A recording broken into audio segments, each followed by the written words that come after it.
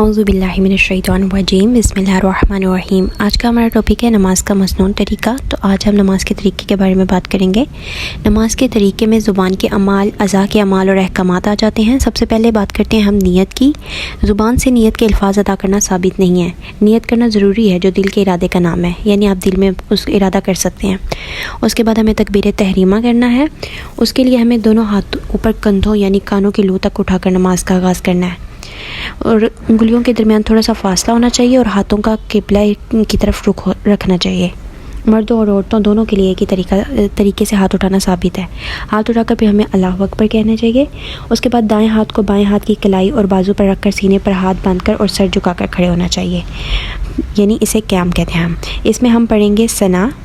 और इसमें एक बात यह भी है कि नाफ के नीचे हाथ बांधना साबित नहीं है। मर्दों और औरतों दोनों के लिए एक ही तरीका साबित है। उसके बाद फिर हम पढ़ते हैं उसमें सना के बाद ताउज़, फिर सूरतुल फातिहा। सूरतुल फातिहा पढ़ने के भी कुछ तरीके हैं, कुछ आदाब हैं। उसमें बिस्मिल्लाह हमें आहिस्ता आवाज़ में पढ़ना साबित है, ऊंची आवाज़ में पढ़ना साबित नहीं है। हर आयत पर ठहरना चाहिए और उसके आखिरी हर्फ को खींच कर पढ़ना साबित है। अगर हम इमाम के पीछे पढ़ रहे हैं तो दिल में सूरत फातिहा पढ़ना साबित है, क्योंकि उसके बगैर नमाज नहीं होती। जहरी क़िराअत में आमीन बुलंद आवाज़ से कहना साबित है। इसी तरह फिर सूरतुल फातिहा के बाद आपने कुरान के कुछ हिस्से की तिलावत करनी है, जिसमें कभी छोटी और कभी बड़ी सूरतों की तिलावत करना साबित है। एक ही क़याम में कुछ देर बैठकर और कुछ देर खड़े होकर भी तिलावत करना साबित है। उसके बाद हमें रफ़े दैन करते हैं।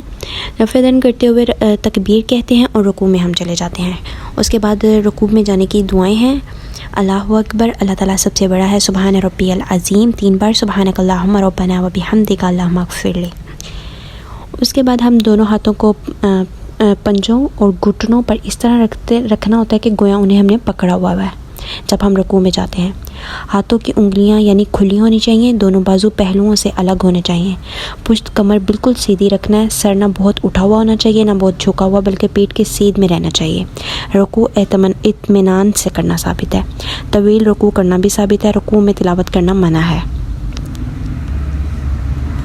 उसके बाद रुकू की दुआएं पढ़ने के बाद हमें रुकू से सर उठाना है और रफ़ा दैन करते हुए इत्मीनान से बिल्कुल सीधे खड़े होना है। रुकू के बक़दर तवील क़याम करना साबित है, यानी रुकू के बाद आप सीधे थोड़ी देर तक क़याम कर सकते हैं, यानी खड़े हो सकते हैं। अपने सीधे यानी खड़े होकर यानी कोमा की दुआ पढ़नी है। कोमा कहते हैं रुकू के बाद खड़े होने को। उसकी दुआ पढ़नी है। दुआ पढ़ने के बाद रफ़ा दैन किए बगैर तकबीर कहते हुए सजदे में जाना है। पहले दोनों हाथ ज़मीन पर रखना है, फिर दोनों घुटने, फिर पेशानी और फिर नाक। 7 हड्डियों पर सजदा करना चाहिए, यानी पेशानी और नाक अच्छी तरह ज़मीन पर टिकी होनी चाहिए। दोनों हाथों को पहलुओं से जुदा रखना है और दोनों हाथों को कंधों या कानों के बराबर रखना है। हथेलियाँ और उंगलियाँ फैला देनी है। हाथों की उंगलियां एक दूसरे से मिली हुई ना हो और वो किबला रुख होनी चाहिए। कोहनियों को ना ज़मीन पर टिकाना है ना करवटों से मिलाना है, बल्कि ज़मीन से ऊंची और करवटों से अलग और कशादा रखना है। सजदों में दोनों बाजू ज़मीन पर बिछाना साबित नहीं है। सजदे में पीठ सीधी रखनी है। सीना, पेट और रान ज़मीन से ऊंची रखना है। पेट को रान से और रानों को पिंडलियों से जुदा रखना है और दोनों रानें भी एक दूसरे से अलग रखनी है। दोनों पैरों की उंगलियां जो हैं उनके मुड़े हुए सिरे होने चाहिए, किबला रुख की तरफ रखने हैं और दोनों के कदम खड़े होने चाहिए। एड़ियों का मिलाना साबित है। मर्द और औरत दोनों के लिए एक ही तरीका साबित है। रुकू के बक़दर तवील सजदा करना साबित है, यानी रुकू के बाद आप तवील सजदा भी कर सकते हैं। सजदे में सजदे की दुआएं पढ़ेंगे। उसके बाद सजदे से उठते हुए सबसे पहले सर उठाना है, फिर दोनों हाथ, फिर दायां पाँव खड़ा करके बाएं पाँव पर बैठना है। कभी अपने कदमों और अपनी एड़ियों पर बैठना साबित नहीं है। दोनों सजदों के दरमियान पीठ सीधी करनी है और दोनों सजदों के दरमियान तवील जलसा करना साबित है। जलसा कहते हैं दोनों सजदों के दरमियान बैठने वाला जो वक्फ़ा होता है, जो क़याम होता है उसको। उसमें हम दुआ पढ़ते हैं, अल्लाहुम्मा अग़फ़िरली वरहमनी व आफ़िनी वहदिनी वरज़ुक़नी। ऐ अल्लाह मुझे बख्श दे, मुझ पर रहम फरमा, मुझे आफ़ियत से रख, मुझे हिदायत दे और मुझे रिज़्क़ अता फरमा।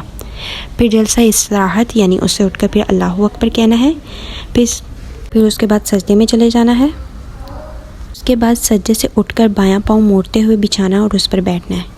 फिर दूसरी रकत के लिए खड़े होना है। उसके लिए दोनों हाथ ज़मीन पर टिका कर उठना चाहिए हमें। दूसरी रकत के लिए खड़े होंगे तो तकबीर कहते हुए सर उठाना है और रफ़ा दैन नहीं करना। फिर वही सारा प्रोसेस दोहराना है। उसके बाद फिर आप दूसरी रकत में जब बैठेंगे तशहुद के लिए, तो फिर आपने बायां पाँव बिछाना और उस पर बैठ जाना है। दायां पाँव खड़ा रखना है। दाएं हाथ को دائیں گھٹنے پر اور بائیں ہاتھ کو بائیں گھٹنے پر رکھنا ہے. آپ آخری رکعت میں ساری دعائیں پڑھیں گے. دعائیں پڑھنے کے بعد آپ پھر سلام لیں گے. اس کے بعد پہلے دائیں طرف اور پھر بائیں طرف سلام پھیرنا ہے.